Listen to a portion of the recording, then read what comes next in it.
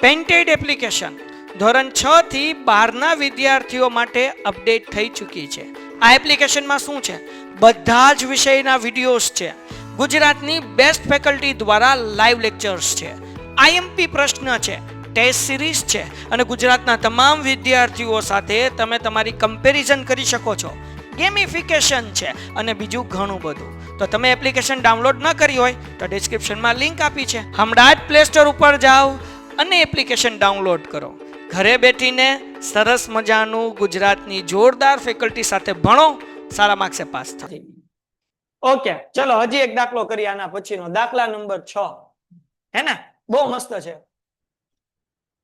Same to same નીચેના વ્યવહાર પરથી ભગવતી ટ્રેડર્સના ચોપડે રોકડ અને બેંકનો ખાનાવાળો રોકડ મેળ તૈયાર કરો. Same to same. હાલો દોરવા મળો મારી હારોહાર અને મારી હારોહાર લખવા મળો. એટલે ધબ ધબાટી ધબ. બરાબર ને? ઘટે હું? જિંદગી ઘટે. બીજું હું ઘટે? હાલો તારીખ, પછી ડુપ્લિકેટ આપણે ઘટતા જઈએ. પછી આવશે વિગત, પછી આવશે પોંચ નંબર, પછી આવશે થાપા, થાપા પછી આવશે રોકડ અને પછી આવશે બેંક. રોકડ બેંક આગળ પાછળ ગમે એમ લખાય હો, ચિંતા નહીં કરવાની બાપલિયા. હાલો એના પછી આવશે પાછી તારીખ, પછી આવશે પાછી બેંક, સોરી વિગત, પછી આવશે વાઉચર નંબર, પછી આવશે ખાપા, પછી આવશે રોકડ અને પછી આવશે આપણી બેંક. ઓકે, તો અહીંયા લખી નાખો તારીખ, વિગત, પોંચ નંબર, પછી આવશે ખાપા, રોકડ, બેંક, તારીખ, વિગત, વાઉચર નંબર, ખાપા, રોકડ અને બેંક. લ્યો ભાઈ, દોરાઈ ગયું. 1 મિનિટ થાય ખાના દોરતા, વાર શું લાગે? હા, બાકી જો આ દાખલો તમે ગણેલો હોય અને આવી રીતના આખા પેજના ખાના દોર્યા હોય કદાચ તમે, તો અહીંયા આડું લીટો મારી નીચેથી શરૂ કરી નાખવાની, એમાં ચિંતા નહીં કરવાની. હાલો આગળ. હવે વાંચીએ રકમમાં શું કીધું ભાઈ. કોના છે ભાઈ? ભગવતી ટ્રેડર્સના ચોપડે. તો આપણે અહીંયા લખીએ પાછું ઉધાર જમા, ને કે મારો ભાઈબંધ કહે તમે લખ્યું નહીં. ઉધાર જમા. અહીંયા લખીશ ભગવતી ટ્રેડર્સના ચોપડે, આમનો નહીં, રોકડ મેળ. હે ને? આમનો યાદ રહી ગયું. હાલો પેલી એન્ટ્રી હે ને, શું કીધું ભાઈ? શરૂઆતની રોકડ શિલક 5000. બેંક ઓવરડ્રાફ્ટ, જો બેંક શિલક કીધું હોય તો બે ઉધાર બાજુ આવે, પણ બેંક ઓવરડ્રાફ્ટ કીધું, બેંક ઓવરડ્રાફ્ટ એટલે જમા બાજુ આવે, એટલે બે બાજુ આવશે.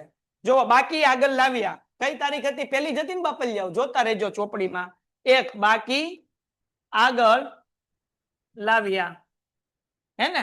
જો કેટલા ભાઈ રોકડ શિલક કેટલી છે? તો કે રોકડ શિલક છે કેટલા રૂપિયા? 5000 રૂપિયા. એટલે રોકડના ખાનામાં 5000. બેંક શિલક નથી, બેંક ઓવરડ્રાફ્ટ છે. બેંક ઓવરડ્રાફ્ટ હોય તો જમા બાજુ આવે. કઈ બાજુ આવે? જમા બાજુ. અહીંયા આવશે બાકી આગળ લાવ્યા. ઓવરડ્રાફ્ટ કેટલાનો છે ભાઈ? હે બકુડા, ઓવરડ્રાફ્ટ કેટલાનો છે? સોપડીમાં જવો ખલો. હાલો કમેન્ટમાં કહો કેટલો છે ઓવરડ્રાફ્ટ? સર બેંક ઓવરડ્રાફ્ટ એટલે શું? બેંક ઓવરડ્રાફ્ટ એટલે શું સમજાવું? 1500. જો બેંક શિલક કોને કહેવાય, બેંક ઓવરડ્રાફ્ટ કોને કહેવાય? તો મારા ખાતામાં 5000 રૂપિયા પડ્યા, એને બેંક શિલક કહેવાય. પણ મારા ખાતામાં -5000 રૂપિયા પડ્યા, એને બેંક ઓવરડ્રાફ્ટ કહેવાય. બેલેન્સ કેવું હોય? માઇનસમાં હોય. તો સાહેબ બેંકમાં થોડું કઈ બેલેન્સ માઇનસમાં હોય. તો આપણે ટૂંકા સમય માટે, માનો કે તમારું ચાલુ ખાતું છે બેંકમાં, કરંટ અકાઉન્ટ છે, તો હું ધંધો કરું છું, રોજ લાખો રૂપિયાના ટ્રાન્ઝેક્શન થાય છે, તો બેંક મને લિમિટ આપે કે ભાઈ મારા ખાતામાં પૈસા નથી તોય હું ચૂકવણી કરી શકું. કેટલા રૂપિયા સુધી કરી શકું? તો કે ભાઈ 25000 ની લિમિટ હોય, લાખની લિમિટ હોય, 5 લાખની લિમિટ હોય. મારા ખાતામાં નથી તોય હું ચૂકવી શકું. એ પૈસા માઇનસમાં દેખાડે, એને કહેવાય બેંક ઓવરડ્રાફ્ટ. જે મારે 3 થી 6 મહિનામાં બેંકને પાછા ચૂકવવાના હોય વ્યાજ સહિત, એને બેંક ઓવરડ્રાફ્ટ કહેવાય. બરાબર છે? તો બેંક શિલક એટલે પૈસા જમા છે, આપણા પડ્યા છે, બેલેન્સ પડી છે. અને બેંક ની અંદર માઇનસ બેલેન્સ પડી છે એને કહેવાય ઓવરડ્રાફ્ટ. શું કહેવાય? ઓવરડ્રાફ્ટ. એટલે એ અહીંયા આવશે. બાકી આગળ લાવ્યા 1500 રૂપિયા. હળુજી ને? હા, તમે કોઈ બેંક ઓવરડ્રાફ્ટ ન પૂછ્યું, લાઈવ વાળાએ પૂછ્યું. ખબર છે? ઠીક. વાહ મારા બકુડા.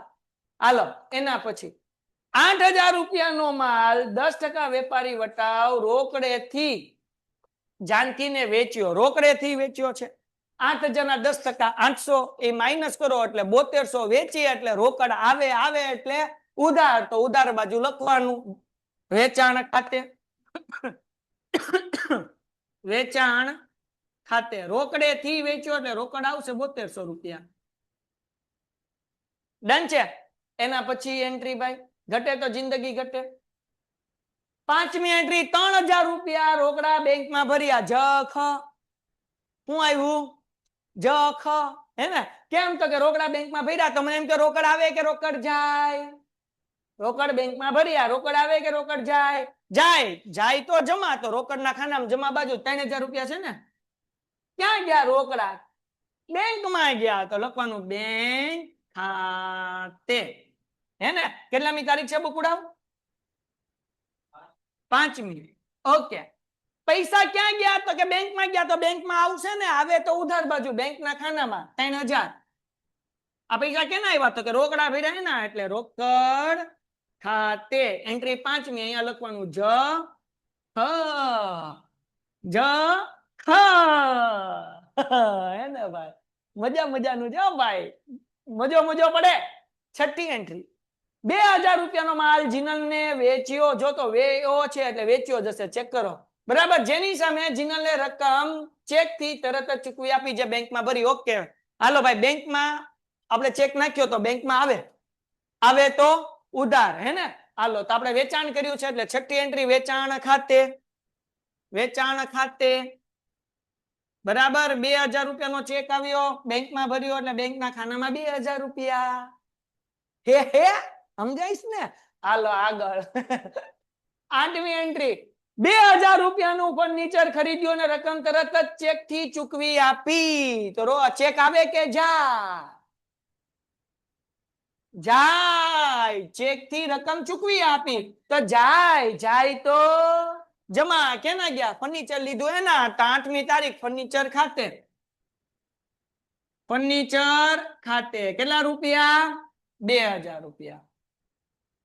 વાર્તા થઈ ગઈ પૂરી. એના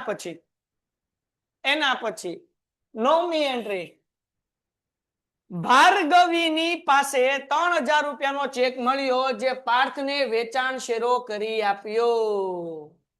વેચાણ શેરો એટલે વેચાણ હોય એને કટ કરવાનું, પછી એમાં કાજુ નાખવાના, ખાંડ નાખવાની, પછી એને હલાવવાનું અને એને ધીમી આંચ ઉપર 15 મિનિટ સુધી રાખો એટલે થઈ ગયું વેચાણનો શેરો. વાહ વાહ વાહ સાહેબ વાહ. હું ગપાટા મારા હે. હાલો એમ નહીં, વેચાણ શેરો એટલે હું સમજાવું. હે ને? દાખલા તરીકે મારે આ ઓનલાઈનમાં જે ભણે છે ને એની આગળ 2000 લેવાના હતા અને ઓફલાઈનમાં જે ભણે છે એને 2000 દેવાના હતા. એટલે ઓનલાઈન વાળા એ 2000 નો ચેક આપ્યો. ઈ ચેક મેં મારા ખાતામાં નો નાખ્યો, ડાયરેક્ટ તમને લોકોને આપી દીધો. ઓફલાઈન વાળાને આપી દીધો. ઓનલાઈન વાળાએ ચેક આપ્યો, ઓફલાઈન વાળાને આપી દીધો. આને કહેવાય વેચાણ શેરો. મારા બેંકમાં કઈ આવ્યા નહીં અને કઈ બેંકમાંથી ગયું નહીં. આને કહેવાય વેચાણનો શેરો. શું કહેવાય? વેચાણ શેરો. વેચાણ શેરો. વેચાણ શેરો એટલે સમજાણું? इधर से आया और उधर खाते में कुछ नहीं रहा, બધા વિયા ગયા.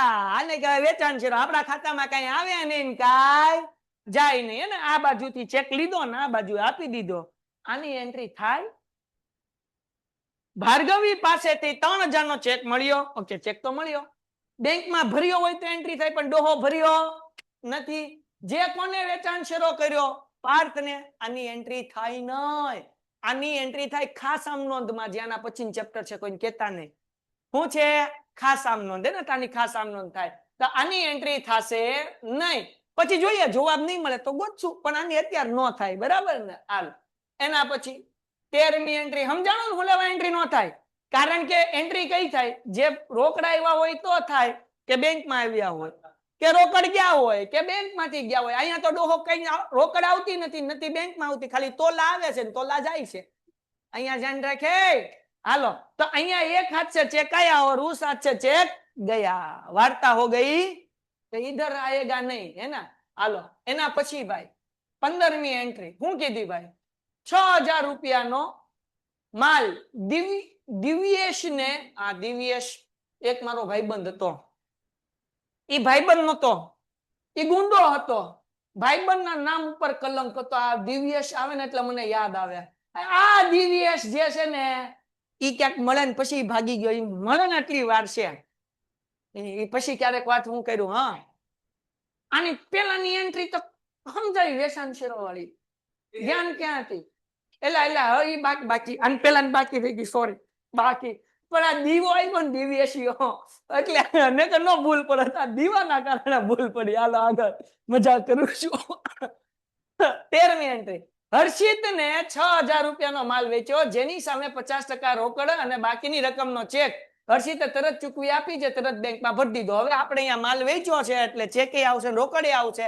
આવે તો ઉધાર. હર્ષિતા નથી ને, હર્ષિત જ છે ને, તો ઉધાર બાજુ લખવાનું વેચાણ ખાતે, હે ને. 6000 ના 50% એટલે 3000 રોકડા મળ્યા ને 3000 રૂપિયા મળ્યા બેંકમાં, હે ને. કઈ એન્ટ્રી હતી? હાલો અહીંયા લખું વેચાણ ખાતે. કેટલામી એન્ટ્રી બાપલિયા? 13મી. ઓકે, 3000 રૂપિયા રોકડા અને 3000 રૂપિયા બેંકમાં, હે ને. 50% રકમ રોકડ મળીને 50% નો ચેક. હાલો એના પછી અમારો દિવ્યેશ માલ એક વખત દિવ્યેશ પાસેથી ખરીદ્યો અને રકમ તરત રોકડમાં ચૂકવી આપી. હાલો 6000 નો માલ હતો એટલે રોકડ જાશે, જાય તો જમા. તો અહીંયા લખવાનું ખરીદ ખાતે. 15મી એન્ટ્રી. શું લખવાનું? ખરીદ ખાતે. કેટલાનો માલ હતો? 6000. વાર્તા થઈ ગઈ પૂરી. હાવ હેલા દાખલા છે. 18મી એન્ટ્રી. પગારના 1000 રૂપિયા ને દલાલીના 500 રૂપિયા રોકડેથી ચૂકવી આપ્યા. રોકડેથી ચૂકવી આપ્યા તો 18મી એન્ટ્રી બે થાય. એક પગાર ખાતે, એક પગાર ખાતે અને દલાલી ખાતે. રોકડ ચૂકવી, રોકડ જાય તો આપણે જમા બાજુ એન્ટ્રી કરવાનું. એટલે હું જમા કરું છું. કેટલા રૂપિયા છે ભાઈ? 1000 અને 500. તો રોકડમાં ઠપકારો 1000 અને 500.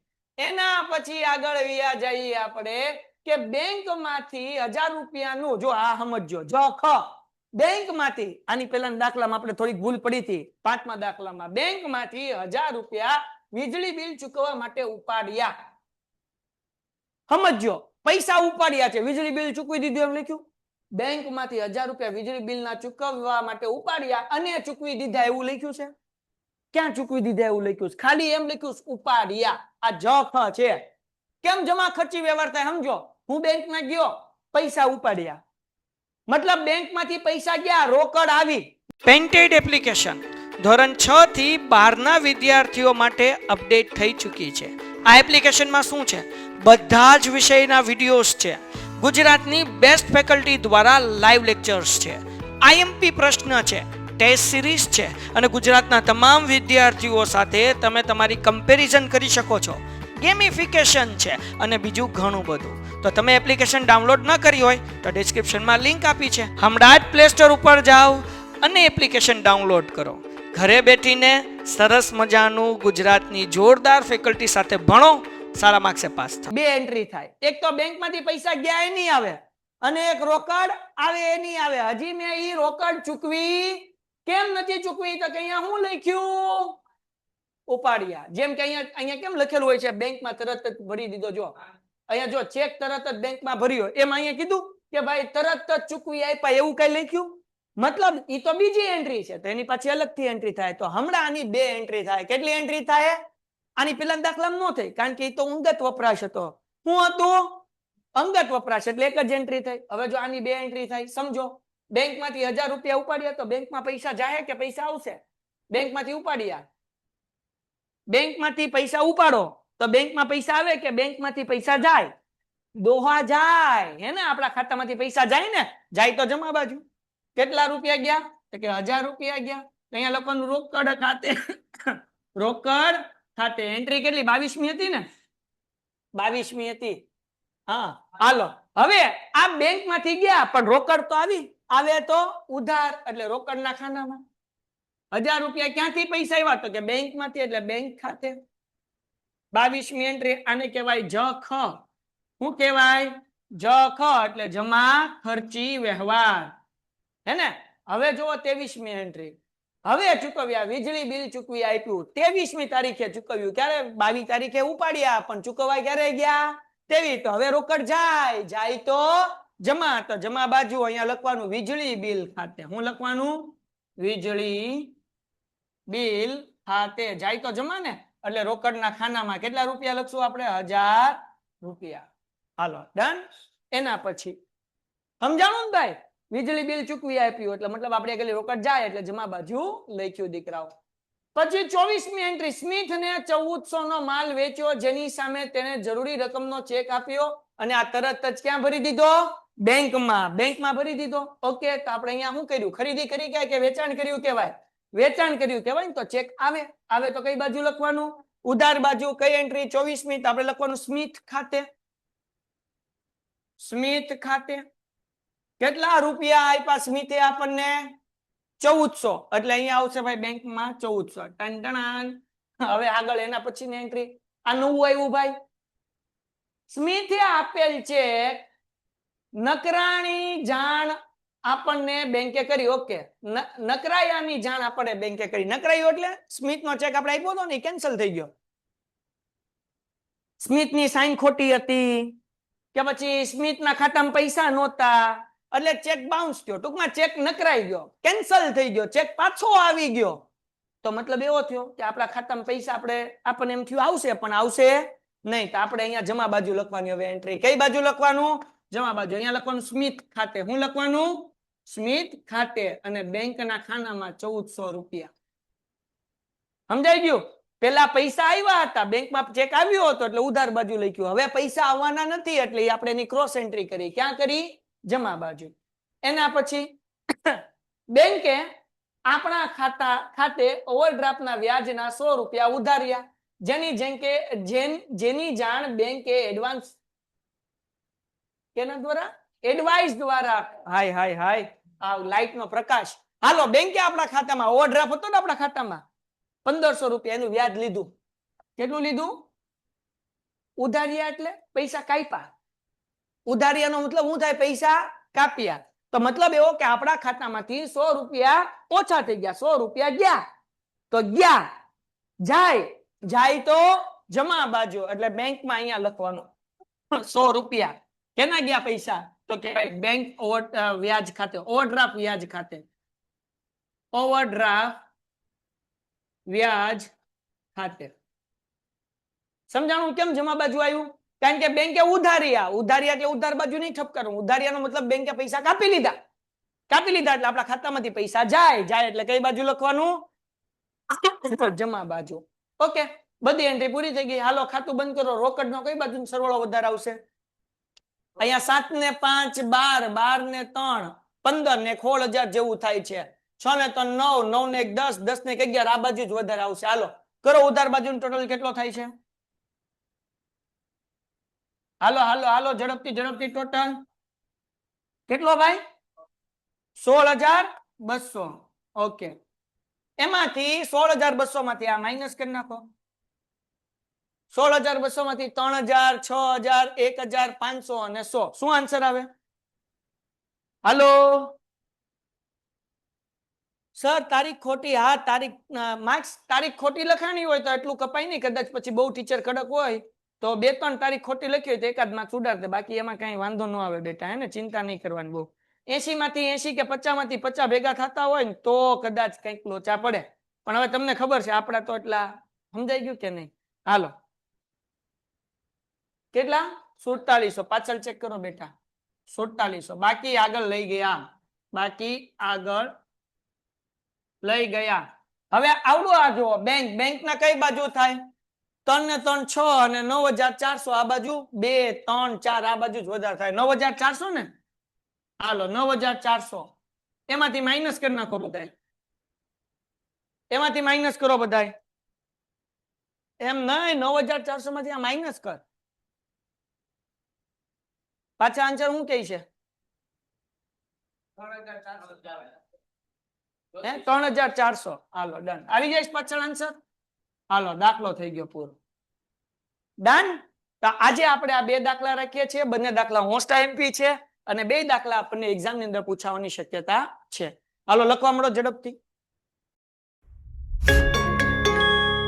Painted, Painless Learning.